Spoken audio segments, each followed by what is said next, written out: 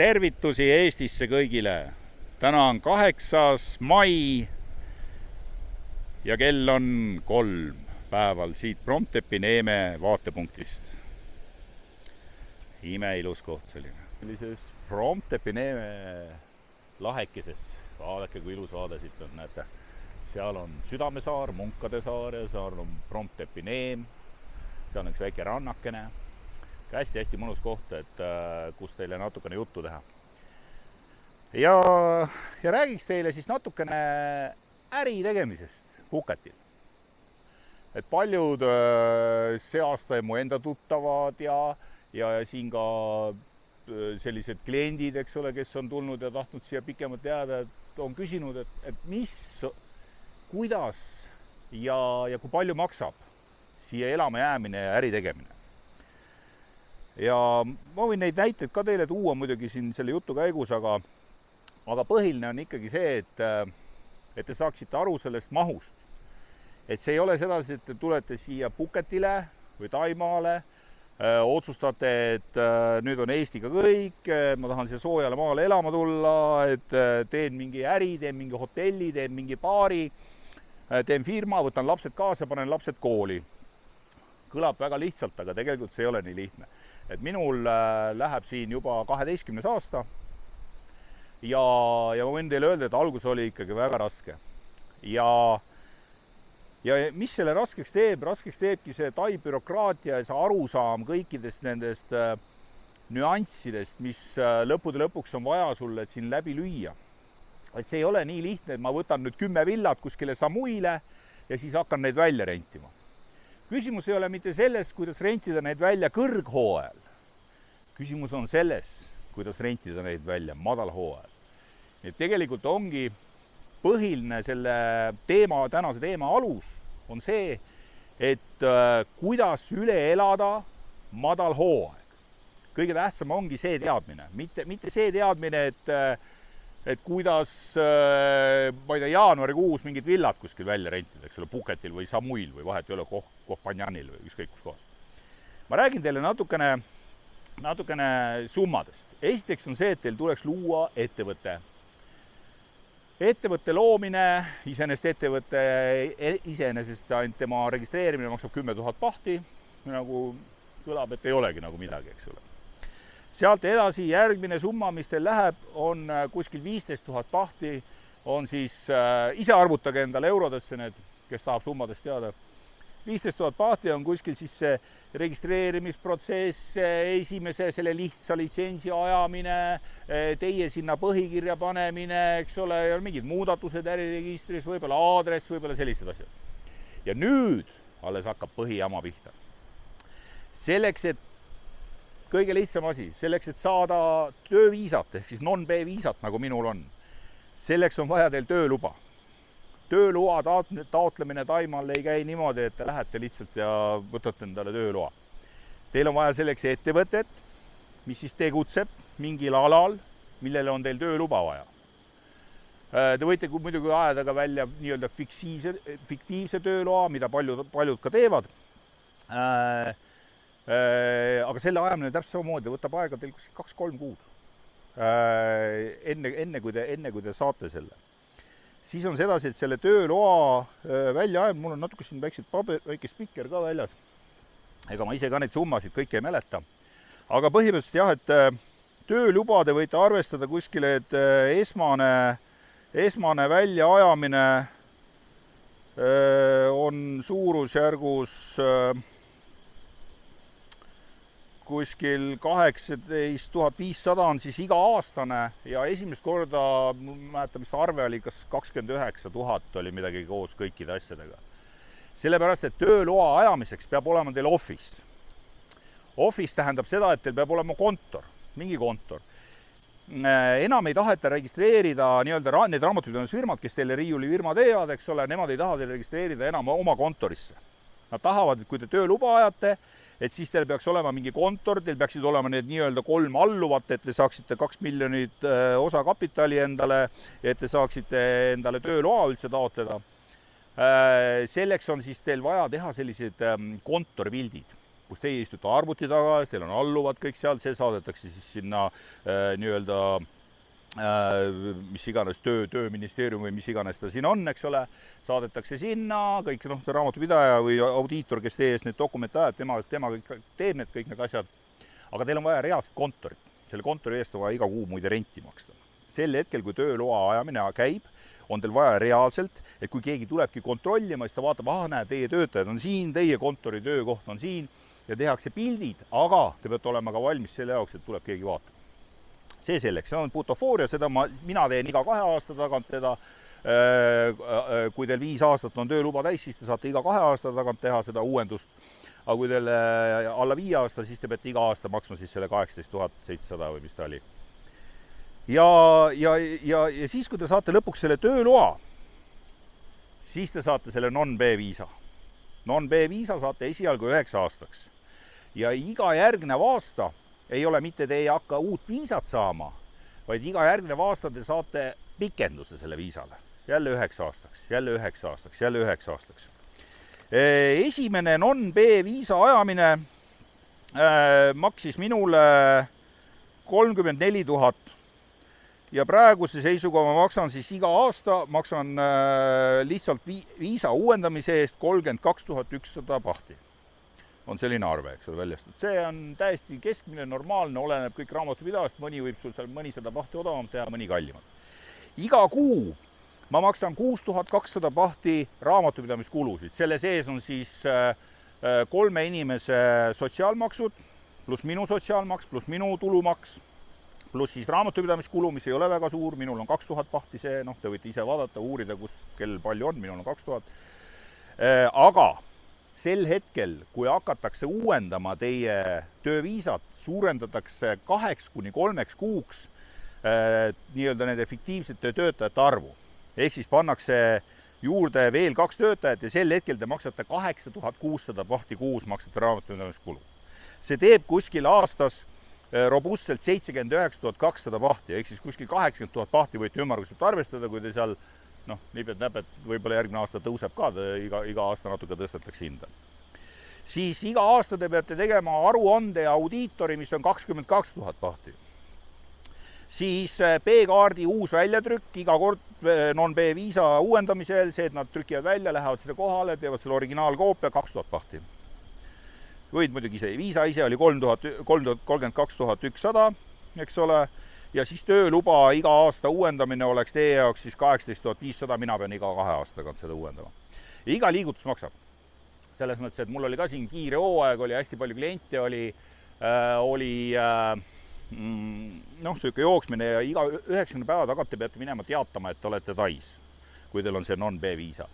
Ja mul ei olnud võimalik sinna minna, see teatamine on iseenesest tasuta. Aga mul ei olnud võimalik minna, siis ma andsin passi, andsin raamatupidaja abile ja see läks sinna, teatas selle ise ära, maksis 800 pahti. Et iga liigutus, iga arstitõend on 600, arstitõend on 1000, kui sa ise lähed kohale on 600, iga asi, tempel, pitsat, pangatehingud, pangaarve avamine, 5000 pahti, neimit, eks ole. Et selles mõttes need kulusid on. Kulusid ma siis lõin kokku, ta eurodes võib-olla ei tundugi nii suur, et ta on kuskil seal 5000 euro ringis on need kulud. Ja see on siis iga aasta, mis te siis peate maksma. Pluss, mida ma kahjuks teile avalikult siin öelda ei saa, on see nii-öelda halli ümbriku tasu, kui te must mõistate. Et halli ümbrikusse tuleb ka üks raha panna, mis tuleb iga aasta viia ühte teatud kohtadesse, et teil oleks nagu nende asjadega korras. See on nüüd nagu summadest ma räägin, et need rahal tundub nagu ei olegi midagi, et võtad see raha ja teeme ära ja milles küsimus. Nüüd jõuame selleni, mis on litsents. Litsents oleneb nüüd see, et mis litsents teil on. Kas te tahate baari avada, kas te tahate avada hotelli, kas te tahate avada mis iganes. Mida iganes te tahate teha, te peate selle litsentsi taotlema. Isegi kui te kinnisvaraga tahate tegeleda ja teil on põhikirjas näiteks olgugi, et teil on põhikirjas kinnisvara sees, siis te peate kinnisvarale ka litsentsi. Kinnisvara litsents muidugi ei ole kallis, see on kuskil 5000 pahti. Aga tuurilitsents, nagu minul on näiteks, siis minul ei ole mitte lihtsalt tuurilitsents, vaid mul on tuuride korraldamise õiguse litsents. Et see on vähe teine asi, kui see mingi tuuriputka kuskil müüb neid teate küll neid trippe, eks ole. Mina võingi võtta kaatrisse inimesed ja viia nad kuskile saarele, eks ole. Kui mul on Tai tuurigiid, peab muidugi kaasas olema.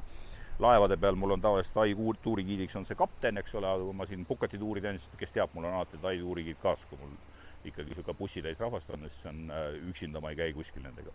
Sest minu tööloa peal on tegelikult, ma olen managing direktor, ehk siis tegevdirektor. Ma lihtsalt käin tuuridel kaasas, kontrollin tuuri kvaliteeti. Ja siis ongi, et teil on vaja siis nagu see litsentsi. Litsents on siis niimoodi, et minu tuuri litsentsil on deponeeritud Tai panka 100 000 pahti. Ja tuuri litsentsi enda need tavamaksud olid siis 2000 on see riigilõiv ja 2800 on siis kuni 100 inimesele 9 aastaks kindlustus, mis ei ole tegelikult väga palju. Kui ma tahan suurendada seda, siis ma suurendan selle mingisuguse, maksab mingi 5000 pahti, eks ole, kui ma tahan mingi 300 inimesel teha. Sest enamus ettevõtetel endal on kindlustus olemas. Et näiteks paadifirmal on kindlustus olemas, laevafirmal on kindlustus olemas ja siis ma ei registreeri, siis registreerib laevafirma need kindlustused. Aga kui ma tuuril lähen, siis ma alati sisestan nende inimeste nimed, eks ole, sisestan sinna kindlustus, portaal on riiklik ja siis nad on nagu kindlustatud ka minu Pukkati tuuri ajal näiteks. Sellepärast tihtipeale, kes teab, kes on mul siit kalatrippe tellinud või midagi, et miks ma alati küsin need passinumbreid ja inimeste nimesid, eks või inimeste nimekirjasid, et see on kindlustuse jaoks see, et teil endal on see kindlustus olemas, see on teine asi. Aga lihtsalt kuna need tuurifirmad ja laevafirmad ja kaatrifirmad, nad peavad ka nagu kaitsma ennast, siis nad on ka nagu omakorda topelt kindlustatud, sest see kindlustus, mis teil Euroopast kaasas on, see kehtib nagu ainult teile, see nagu selle laevafirmale te võite pärast ikka kahjunõude esitada, kui neil kindlustus pole. Või teie kindlustusfirma esitab kahjunõude. Igatahes see selleks, et kuskil võite siis arvestada tuurilitsentsi kuskil 100 000, seda raha te ei näe, see on teil arve peal, seda puutuda ei tohi, see on riikliku arve peal ja siis teil on tuurilitsents. Iga 2 aasta tagant käib tuurilitsentsi uuendamine, mis maksab kuskil 5000 pahti. Mul ongi näiteks see aasta on tuurilitsentsi uuendamine, lähebki kuskil 5000 läheb see maksma, see uuendusprotsess. Aga see uuendusprotsess ei ole mitte nii, et me läheme sinna, lükkame ID-kaardi sisse ja sisestame mingid numbrid. See on jälle selline protseduur, et selleks hetkeks, et üldse mina tuurilitsentsi saaksin, kirjutatakse mind ettevõttest siis omanike ringist üldse välja. Ma jään küll nagu juhatdirektoriks, aga omanike ringist kirjutatakse välja, tehakse tuurilitsentsi avaldus ära, kirjutatakse omanike ringi tagasi. Omanikuna ma olen siis 49% oma ettevõttes. Ülejäänud 51% on ühe Tai inimese käes, keda ma reaalselt tean, kellega ma olen reaalselt suhelnud, kes on nii-öelda minu selle raamatupidaja audiitori sugulane, eks ole, põhimõtteliselt. Ja tal väga palju neid firmasid minusugused ei ole. Vot siin nüüd me jõuame jälle järgmise punkti juurde. Et praegu Taimal on väga rops sõna, on selline asi nagu nominee. Nominee tähendab seda, et kui sa Tai ettevõtte lood, siis sa võtad tavaliselt Tai osaniku 51%. Kui sul ei ole just oma Tai abikaasat või kedagi, kelle nimel see 51% kirjutada, siis sa võtad sealt raamatupidamisfirmast, leitakse sulle mingi inimene, eks ole, kelle sa maksad iga aasta näiteks 10 000 pahti ja siis ta on sul 51% osanik. Ja sellega on nüüd probleemid. Et eriti kui sul on tuurifirma, mingisugune rollerrendifirma, mingisugune baar või mis iganes. Kui keegi peaks kaebama, kui keegi peaks kuskile minema, ütlema, näed, seal mine vaata, seal mingi valge mees ajab mingid asja, mingid äri, eks ole, seal mingid rolleri äri või tuuri äri, siis minnakse ekstra kohale ja kontrollitakse selle nii-öelda selle teise omaniku nii-öelda 51% omaniku adekvaatsust. Ja see on Tai seadustes on sees, et see on kriminaalkuritegu kasutada fiktiivset omanikku. Ja siin peab nüüd teie raamatupidaja peab väga-väga hea selle koha peal olema. Ta peab väga kiiresti oskama reageerida, juba eelnevalt peaksid olema juba ennetatud igasugused probleemid. Neid nii-öelda nomineede kontrolle tehakse põhiliselt madalhooajal. Eks madalhooajal selles mõttes, et madalhooajal, et kõrghooajal keegi ei peedista turismifirmasid. Aga ütleme siin kuskil märtsi lõpus, aprillis hakatakse pihta ja te olete kindlasti, kes on natuke Tai meediaga kursis, on näinud, jälle arreteeriti mingi venelane, jälle arreteeriti mingisugune norrakas, jälle arreteeriti, jälle keegi arreteeriti, jälle mingi tuurifirma pandi kinni, mingid rollerid leiti, mingid raha, jälle mingi vale värk, eks ole. Siis seal on nüüd küsimus selles, et nad lähevad selle Tai osaniku juurde ja küsivad ta käest, et aga palju sa investeerisid siia firmast, et sa siin 51% osanikku. Kuidas sa tunned seda? Kuidas sa tunned seda välismaa meest, kellega sa koos äri teed? Mis selle välismaa mehe nimi on? küsitakse niisugust väga lihtsalt küsimuse ja siis ta ütleb mökk. Tegelikult ta elab kuskil, ma ei tea, kuskil plekist mingis majakeses on ja raha tal ei ole ja siis on mingi suure tuurifirma 51% osanik. No, siis on selge, et see asi läheb kohe kohtusse ja kohtus ei pea mitte siis riik tõestama seda, et sina kasutasid fiktiivset omanikku, vaid sina pead tõestama, et sa ei kasutanud. Ja vot see on juba väga kallis protsess. Üldjuhul siin on nii head süüdistajad, nii hea see süsteem, et see surutakse väga kiiresti läbi, nii et sa jääd igal juhul süüdi. Et sul ei ole mitte mingit muud varianti. Et sa konfiskeeritakse varad, oled mingid villad oma firma nimel ostnud, konfiskeeritakse, mingid rahad leitakse, küsitakse, kus sa üldse seda raha said, ja villad mingid osta siin või rentida või ja ühesõnaga hästi palju probleeme. Et see raamatupidamisfirma, kelle kaudu sa teed siis selle ettevõtte ja kelle teenuseid sa hiljem siis kasutad, see peab olema väga hea. Peab olema tõsiselt hea, et sa ei saa igasse ette juhtuvasse kuskilt internetist lööd sisse firma asutamine, ütleb sulle esialgu mingid mõttetud summad täiesti, tundub nagu, et ei olegi nagu midagi kallist, eks ole. Pärast hakatakse sulle raha kerima, aga lõpuks tuleb välja, et see on mingi siuke ettevõte, kus seesama nominee, eks Tai osanik on veel 200 ettevõttes on osanik. Ja vot neid võetakse praegu järjest vahele. Ja koos terve raamatupidaja firma võetakse niimoodi, et lendavad sisse kontrollid, võtavad kõikide firmade dokumendid, võetakse ette, ükshaaval käiakse kõik firmad läbi ja töölubasid tühistatakse iga päev praegu, iga päev. Nii et selles mõttes, et kõik need paberid peavad olema korras, sul peab olema reaalne tegevus, peab olema seal taga, sa ei saa kasutada ettevõtet ainult sellepärast, et saada seda viisat. Sa pead ikka mingit tegevust ka reaalselt tegema ja minu soovitus on see, et eks ole, et kui te tõesti seda ettevõtet tahate siin luua, siis minu soovitus on see, et võtke see nomineega, isegi kui see määrati nüüd sealt raamatupidamisfirma poolt, siis saage ta kokku, tutvuge mingi kohvile, tutvuge üksteise nimedega, eks ole, millega sina tegeled, millega sina, kunagi, kui on järsku seda vaja ja keegi mingi kontroll endab sisse, küsib, et mis värk on, eks te oskate vähemalt midagi vastata. Ja üldse, et see on eraldi teema, on siis see paberimajandus ja ettevõtte loomine. Nüüd me jõuame põhiasjani. Et kui te tahate reaalselt ka äri teha, reaalselt tahate mingit äri teha, te võite kujutada ette, eks ole, minu juures käib üle 1000 eestlase, käib erinevatel trippidel ühel hooajal, kui palju mul käib ärimehi, kui palju mul käib igasuguseid selliseid potentsiaalseid ärimehi, eks ole, kes on, osad äriinimesed on nad on Eestis, on lugupeetavad ja neil on väga head edukad ettevõtted ja nemad muidugi ei trügisi ja nemad lihtsalt teevad mulle igast huvitavaid äriettepanekuid siin, mis on, Tai kontseptsioon ei sobi muidugi. Aga on ka sellised, kes siis, ongi siis reaalselt tahavadki tulla siia äri tegema. Ütleb, ma teeks baari. Tead, kui hea on teha baari või? Teeks batongi baari. Teeme 2 baari lausa sinna. Nii hea business on see baar. Muidugi on hea. Sa lähed, millal teie käite siin, eks ole, põhiturist käib kuskil detsembris, lähete kuskil baari, vaata, rahvas täis, rahvas möllab, kust tuleb raha sisse, kust tuleb alles raha sisse. Teate, ma ütlen, tulge praegu maikuus siia ja tulge vaadake, mis toimub baarides. Baarid on tühjad. Bangla Street on hindusid täis. Praegu nüüd täna hakkas seal India ja siis selle Pakistani vahel mingi madin, eks ole, võib-olla need India lennukid ei lenda nüüd on veel hullem, pole neid ka enam. Juba tegelikult novembris olid need nii-öelda, kuidas ma siis ütlen, eestlaste baarid, nad olid tegelikult tühjad. Sest samas kontseptsioonis seal on veel mingisugune 50 baari, eks ole. Ja sa ei saa ainult eestlaste peale mingit businessit üles ehitada. Ükskõik, mis businessit sa teed, siin sa ei saa ainult eestlaste peale. Mina ka näiteks nüüd järgmist hooajast ma alustan rahvusvahelist äri, turismiäri. Et ma olen seda aastaid edasi lükanud, pandeemia tegelikult lükkas mul mitu aastat selle edasi, nüüd mul on jälle võimalus ja nüüd ma tahan seda teha. Sellepärast, et ei saa munasid kõik ühes korvis hoida. Sa ei saa ainult eestlastele spetsialiseeruda.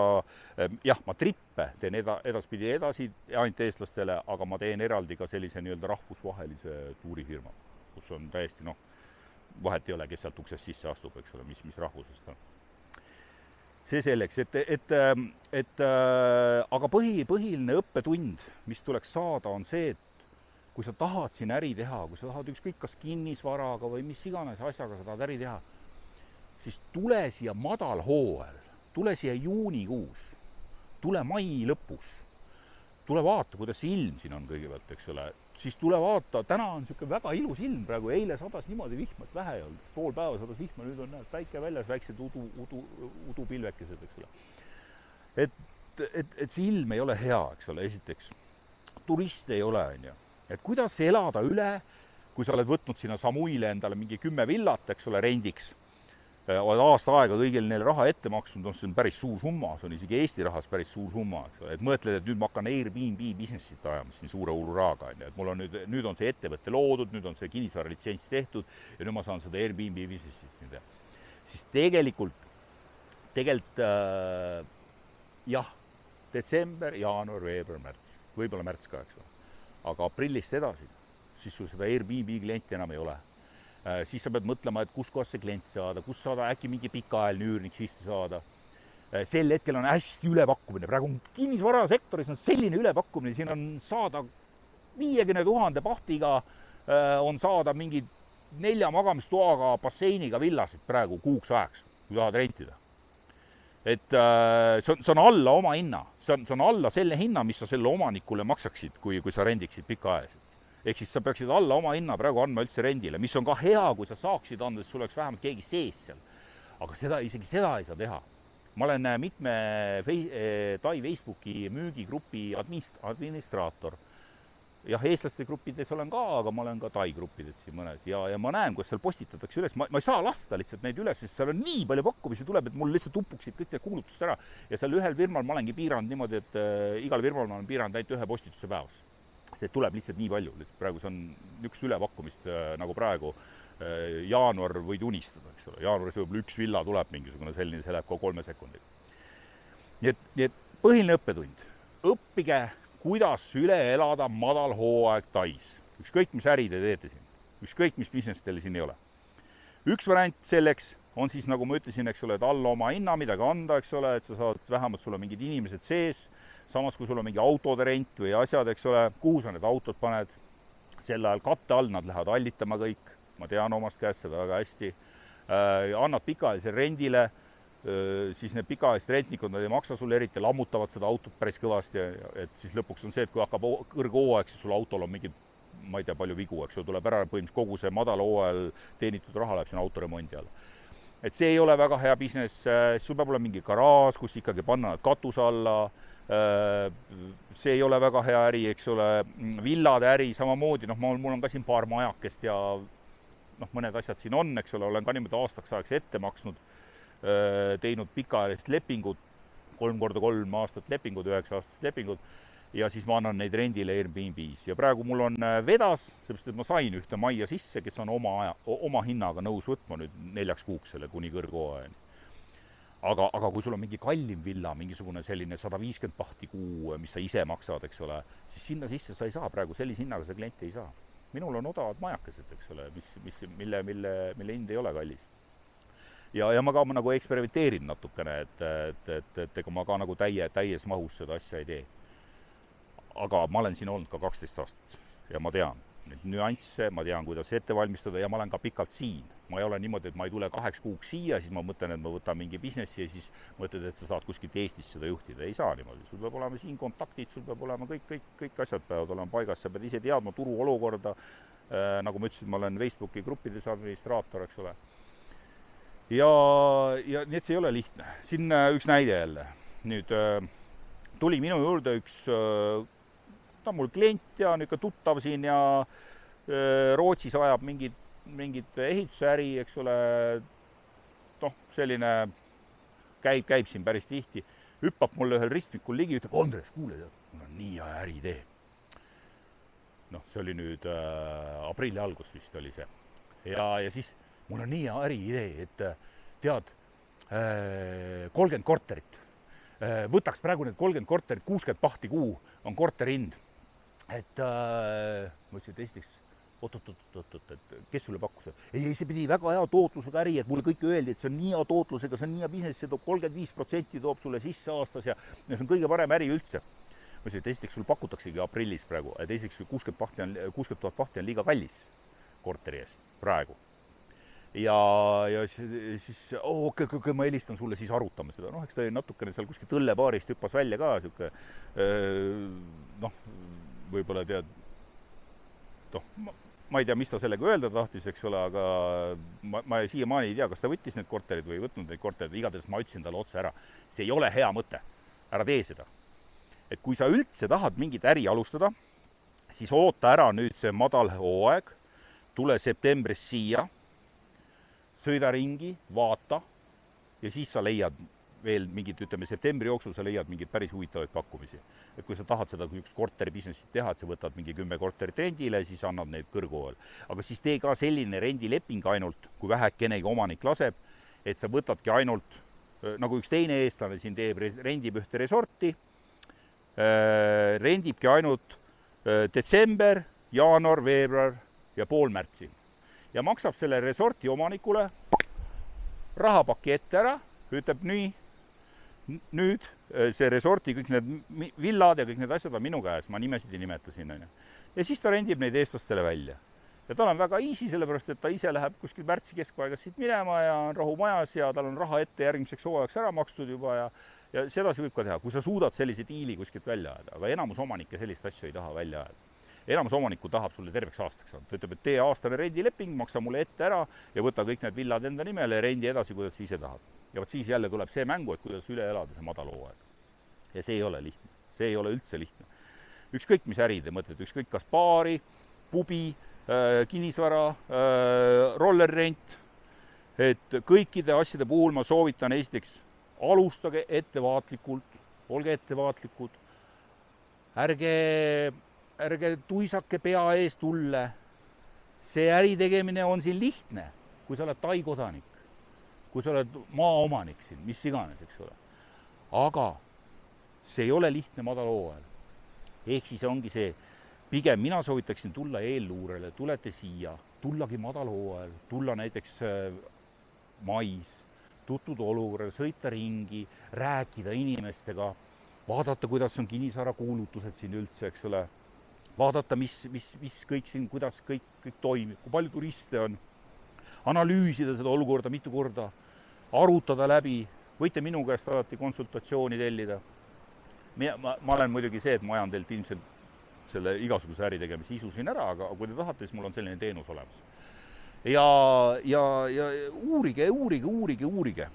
Seda asi ei ole tegelikult nii lihtne, kui ta paistab.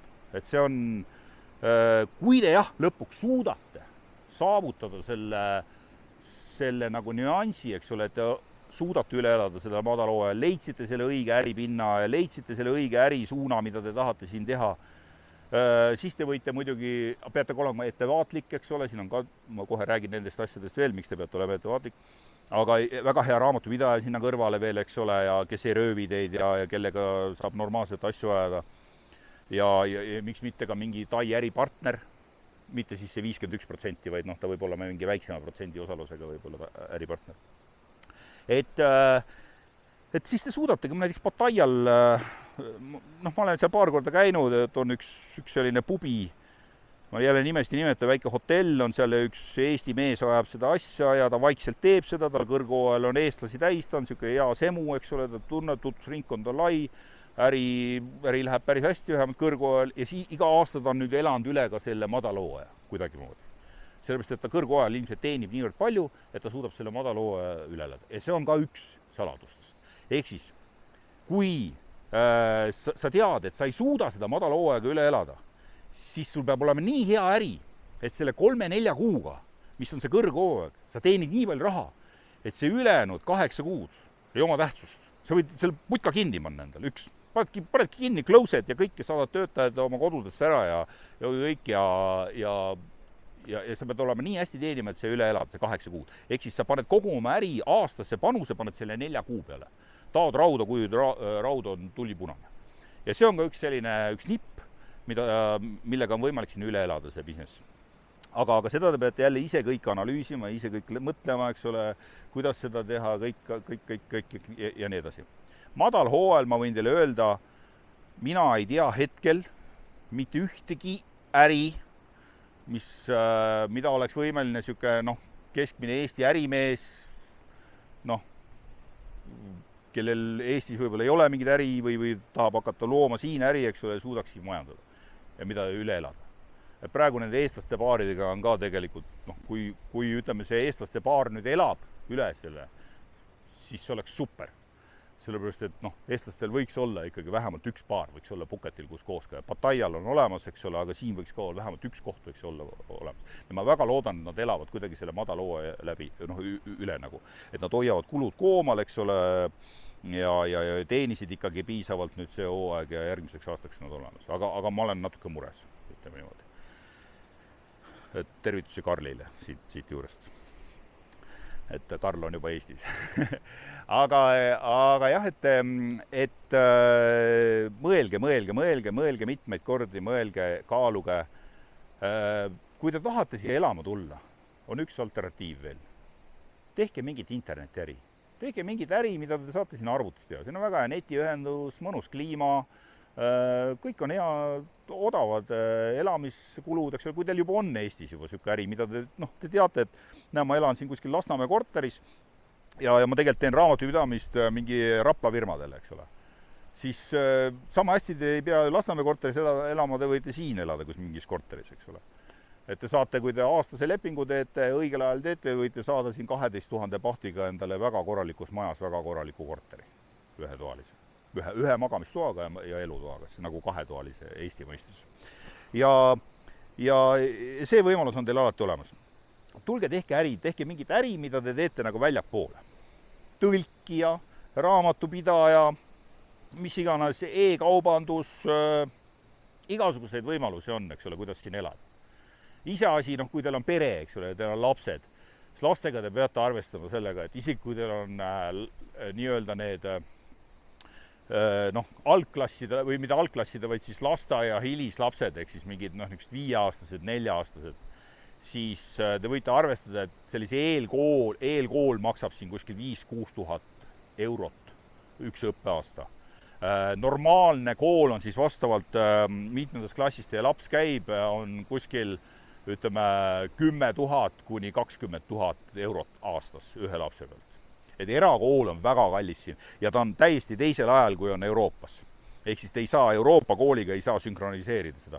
Et te peategi nagu tulema elama ja teie laps käibki nagu siis Tai kooli siis selle rutiini järgi käib siin koolis.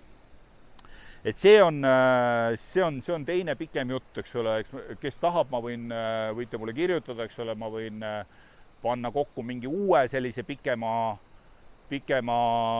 sellise teksti, eks ole, et koolide kohta, et kuna mu enda laps käis ka tegelikult kooli ajal, käis siin ja elas siin, poiss on nüüd muidugi suur, eks ole, aga ta oli ka siin ja lõppude lõpuks me otsustasime ikkagi, et võtame ta koduõppele. Ehk siis Eestist võtsime koduõppe, aga see koduõppe ei ole üldse lihtne. See välismaal kuskil Tais ja sul peaks olema reaalselt, sa peadki võtma eraõpetaja endale koju, et see on ainuke variant. Aga samas see tuleb odavam, kui maksta 16 000 eurot aastas. Nii et ütleme, erakoolid on siin kallid, eks ole. Ja kõik ei ole nii lihtne, nagu siin paistab, eks ole, tuleme siia, teeme businessit ja võtame pere kaasa ja ongi lahe ja kõik. Ütleme, see rahakott peab olema puuga seljas. Konkreetselt peab olema nagu seljakotiga, peate see raha alguses vähemalt siia kaasa võtma. Et kui te tahate seda stardimomenti saada, siis te ei saa seda teha mingi 5000 euriga või 10 000 euriga. Et teil peab olema, see ressurss peab olema oluliselt suurem. Ja pluss on see, et sinna ressursi juurde lisage siis see eelluure nii-öelda, kui te tahate mingi ettevõtlusega alustada siin tegevust, siis te ei saa tulla niimoodi, et ma käisin 3 korda puhkusel või ma olen 5 aastat nüüd järjest käinud 2 nädalat puhkusel ja nüüd ma otsustasin, nüüd ma lähen Taisse äri tegemaks. Et ei saa niimoodi teha, sellepärast, et siis tuletegi siia, et ma nüüd teen ettevõtte ja nüüd alustan businessit. Niimoodi need asjad ei käi nii kiiresti. Et selle jaoks on vaja ikkagi ettevalmistusi, kõik võtab aega, iga asja litsentsi ajamine võtab aega, tööloa tegemine võtab aega, viisa tegemine võtab aega, kuid mitmeid kuid, enne kui registreeritakse kuskil, keegi paneb mingi templi kuskil alla. See on õudne pikk protsess on see. Et hästi paljud loobuvad nagu. Ja mis puudutab veel kinnisvara sektorit, siis mina rääkisin praegu teie rendikinnisvara puhtalt nagu sellest kontseptsioonist, kus sa maksad omanikule, maksad aasta aega ette või noh, mitu aastat ette, eks ole, ja siis sa saad selle niisuguse mingi keskmise hinnaga ja siis hakkad Airbnb's väljuma. Teine variant on, siis räägitakse, et teeme investeerime, ostame maa, ehitame sinna villad peale, teeme mega investeerimisobjekti, kaasame veel mingid investoreid sinna. Vot see business unustage kindlalt kohe ära. Selles mõttes, et kui te raha tahate mängida rahaga, siis minge kasiinosse. Sellepärast, et see business on nendest kõikidest kõige ohtlikum. Et hea näide. Phuketil keegi tuli geniaalsele ideele ehitada kapselvillad. Niisugused kapselvillad nagu tõstetaksegi kraanaga paika, aga ta on ikka nagu villa, aga niisugune futuristlik selline. Ehitati mäe külje peale, mäe külgeks lükati buldooseriga kõik puhtaks, kõik oli ilus, villad olid juba püsti, tulid vihmad nüüd. Erosioon, maa jookseb, eelmine aasta, kui te mäletate, septembris oli suur maalihe, mingid inimesed said surma isegi selle maalihke tõttu siin, et see on päris õrn teema neil. Ja keegi pildistas, tegi ühe pildi, klõps, näe, erosioon villade juures. Suured kontrollid lendasid kõik peale, kõik avastati, kõik on ebaseaduslik, kõik mitte midagi, tuleb ära koristada, ära hävitada, viia ära kõik kohe, on ju. Ja kujutad ette, et sa oled nüüd investeerinud sellisesse ettevõttesse, sa kunagi ei tea. Sul ühel hetkel üks ametnik ütleb sulle, näed, pani templi alla, ütleb, need paberid on sul kõik korras. Nüüd on sul kõik, jah, võid ehitada siia mitu villat, teeme siia väikse minihotelli, vahet ei ole, mis asi, eks ole. Et kõik on korras. Järgmisel hetkel ametnikud vahetuvad, mingi valitsus vahetub kuskil, mingi külaelanik teeb vale pildi, vale nurga alt, pannakse kohalik uudismeediasse, kuna need on väga õrnatundlikud teemad, eks ole, siis ongi kõik. See leitakse, oi, aga tegelikult sul ei olegi luba üldse siia künka külje peale ehitada, eks ole. Et sa pead ära lammutama selle, et lammuta ära. Noh, lähed kohtusse, oled kohtus üldjuhul 99% kõik kaotavad siin. Et see, need maalahingud, suured hotellid, üks suur hotell, mis ehitati sinna enne Katanoid natukene mäe külje peale, 6 aastat tagasi lammutati täielikult ära. Nii et selles mõttes on jah, see business on väga ohtlik, et ärge mingi kinnisvarad ei saa siin omada. Te ei saa omada, te saate omada 49% ettevõttest, mis võib siis omada omakorda teie kinnisvara või siis te võtategi siis rendile, võtate siis selle maa, eks ole, siis nagu nii-öelda 30 aastaks, siis ehitate villa sinna peale, mis küll kuulub, jah, villa nagu kuulub teile, aga see maa on rendil, aga samas kui see vana omanik seal midagi juhtub taga ja siis omaniku pärijad ütlevad, et me ei taha seda villat siia, et me maksame teile selle rendiraha tagasi, maa rendiraha tagasi, siis villaraha nad ei pea teile tagasi maksma. Siis ongi kõik, sa olete kõik kaotanud. Kaotate kõik oma rahad ja kõik oma investeeringud ja mingi vale inimene kaebab kuskil ja ongi kõik. Siin on kõik on niimoodi, et nii kui keegi kaebab, nii kohe minnakse. Eriti kui on tegemist välismaalasega. Nii kui välismaalane teeb mingi businessit, eriti kui tal paistab veel see mingi edukas ja tuleb mingi kade inimene kuskil näeb seda, et teil on see edukas business, siis pikka pidu teil siin ei ole. Et olge ettevaatlikud. Aga jah, alati võite siis minult tellida sellist head teenust. See on nagu siis äri-isu äraajamise teenus Phuketil. Ma veel ei ole seda tripipoodi müüki pannud, aga te võite mulle personaalselt kirjutada, et kui tahate minult konsultatsiooni, ma olen nüüd varsti ka Eestisse tulemas, et võime kokku saada, ma võin teile rääkida kõik nüansid ära, ma tean otsast lõpuni seda asja.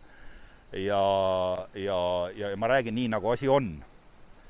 Sest tihtipeale näiteks mingi ettevõte, kes müüb, tahab teile mingit ettevõtet müüa, eks ole, nii-öelda seda firma keha, eks ole.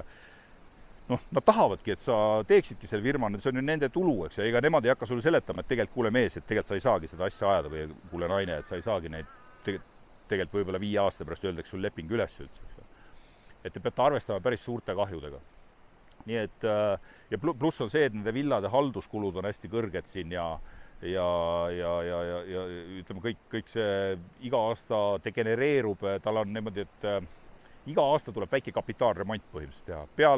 Peale madal hooaja tuleb kõikidel majadel väike kapitaalremont. Väike värvimistöö, väike hallituse eemaldus, survepesud, päris süke korralik. Uuesti päris ehitama ei pea. Ütleme, iga 5 aastaga tuleb katust vahetada põhimõtteliselt, kui sa tahad, et see katus korralik on. Et see Phuketi kliima ja see merekliima ja kõik see saarte kliima ja see temperatuur ja tuuled ja vihmad ja kõik, see on palju hullem kui see miinuskraadid Eestis, ma võin teile öelda. miinuskraadid isegi mõnes mõttes säilitavad mõnikord. Nii et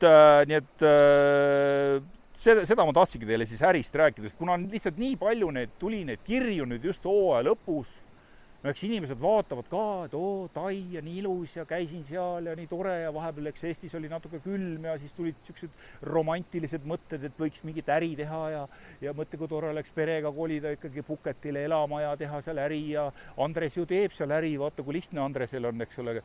Ja et siis tegelikult see minu äri on väga pika töö tulemus, väga pika töö tulemus ja väga palju olen vaeva näinud selleks. Ja alates nendest Facebooki gruppidest, eks ole, mida ma haldan ja mis ma olen ise loonud, lõpetades nende trippidega, lõpetades see algusperiood siin, eks ole, konkurentsi tingimuses. Ja eks ma kunagi kirjutan sellest oma raamatus kindlasti, saab olema väga huvitav lugemine, kes tahab just, nagu ütleme, tahab alustada uut elu Pucketile või Taimaal, eks ole, siis võib-olla see oleks päris hea lugemine talle. Aga see ei ole nii lihtne, et tuled siia, eks ole. Ja siin ka üks eestlane, kes ka siin äri ajab, ütles mulle, et kuule, Andres, sina oled ikka nii ülbe mees, näed, kõik Facebooki grupid kuuluvad sulle, eks ole, Taimaaga seoses ja teiste mingi konkurentide asju sa ei lase sinna üldse üles ja et kuidas sa ikka niimoodi saad? Kuulge, ma olen esimestel aastatel maksin reklaami eest 1000 eurosid, et need Facebooki grupid üldse said üldse mingit tähelepanu. Ma ostsin reklaami sinna, ma lõin nad nullist, ma ei ole kellegi käest saanud neid, eks ole. Loomulikult need ongi minu Facebooki grupid ja ma lasengi sinna üles ainult sellised asju, mis on minuga kokkuleppel või siis, kui inimesed, lihtsalt tavalised inimesed nagu teie, eks ole, tahate mingi küsimusi esitada, need postitused ma lasen kõik üles. Kui keegi hakkab mingit oma teenust reklaamima, siis võtke ikkagi enne minuga ühendust, enne kui ma teid siin üles lasen. Et need ongi, need on minu ärivahendid ja need on aastatega loodud, need on üle 10 aasta läks, näiteks üks esimene Facebooki grupp on mul 11 aastat vana juba. Ja ei lastagi üles. Ja täpselt samamoodi siin üks teine eestlane, eks ole, temal oli ka Facebooki grupp, oli enne mind juba. Ja kui ma üritasin sinna postitada oma trippe, ta ei lasknud neid üles. Ta ütles, et ma ei lase neid üles, need ei ole minu asjad, et ma ei lase üles. Ja siis ma tegingi ise enda oma. Nii et selles mõttes see on täiesti normaalne. Eeltöö, väga pikaaegne eeltöö, kannatlikkus, mida jälle eestlasel ei ole. Et eestlane on superkannataja, nagu see hooaeg ma mitmel tripil ka ütlesin, superkannataja, te kannatate kõik ära, lükka teile niimoodi ora sinna ja vaikselt hakkab tükkama, mis sa kannatad, kuni tead lõpuni ära selle, eks ole. Aga mida eestlasel ei ole, on kannatlikkus. Ja siin sa pead tõesti võtma täielikult rahu, aega on selle asjaga, kõik võtabki kaua aega. Ole rahulik, kõik saab korda, sa pead niimoodi mõtlema siin, eks ole. Sa ei saa niimoodi, tule, teen businessi, teen firma kohe, võtan 20 villat, 30 korterit, teen kohe businessi, kuule, Andres, väga hea business, kuule, teeme ära. Et niimoodi ei saa Pucketil mitte midagi siin teha. Et seda see võite kuskil Euroopas teha või Ameerikas või ma ei tea, kus iganes. Et siin võtke rahulikult, uurige, vaadake, vaadelge, õppige, õppida tuleb. Õppige teiste vigadest, õppige teiste eestlaste vigadest nii palju, kui te vähekenegi saate teada, kes on siin mingid äriajand ja lõpetanud oma pildid kotti pannud. No siin oli üks mineraalveemees, oli siin 7 aastat tagasi üritas värska vett hakata tooma siia. See on õppetund number 1, see peaks õpikusse kirjutama, kuidas ei tohi äri ajada. Nii et selles mõttes on siin nagu õppida on väga palju, enne kui te tahate midagi alustada, võite konsulteerida minuga. Mind teie äriideed ei huvita niikuinii. Te võite täiesti rahulikult rääkida mulle seda. Ja sest ma üldiselt ei ole väga ambitsioonikas enam. Kunagi Eestis ma olin, aga siin Pucketil ma olen seda ambitsioonikust nagu kõvasti tagasi lükanud endal. Ja need võite rahulikult mulle selle äriidee ära rääkida. See on konfidentsiaalne. Ma ütlen, kas see on hea mõte või ei ole hea mõte. Et te võite ka muidugi selle oma teada jätta ja ise tegutseda, eks ole. Aga minu nõuanded ongi siis see, et võtke rahulikult, õppige tasa, väikeste summadega ettevaatlikult, proovige, testige ja ärge kujutage ette mitte midagi. Seepärast, et teil ei ole mitte mingeid õigusi siin Taimaal. Te olete välismaalane. Te olete oma ettevõttes 49% omanik. ja mitte kunagi te ei saavuta sellist kontrolli, nagu teil on Euroopas ükskõik mis ettevõte, ükskõik mis ärides. Nii et selline positiivne teema teile täna, aga vaatame veel kord seda vaadet siin. Aga see asi on ju kõik tegelikult seda väärt. Vaadake sinna. Selles samas rannas ma olen käinud ka, näete, seal on üks inimene praegu, siit te vist ei näe kaamerast, aga üks inimene praegu päevitab, tal on jalad vees, tundub mingi naisterahvas, siit mäe külje pealt kuskilt on siit alla tulnud, kajakki ma ei näe, mina ise olen kajakiga siin käinud. Ja selline ilus koht ja näete, siin on rannatool on ka. Ja ma siis sellega lõpetangi siis, et ma jään siis siia rannatooli edasi päevitama ja aga teie olge seal Eestis tublid. Tšau!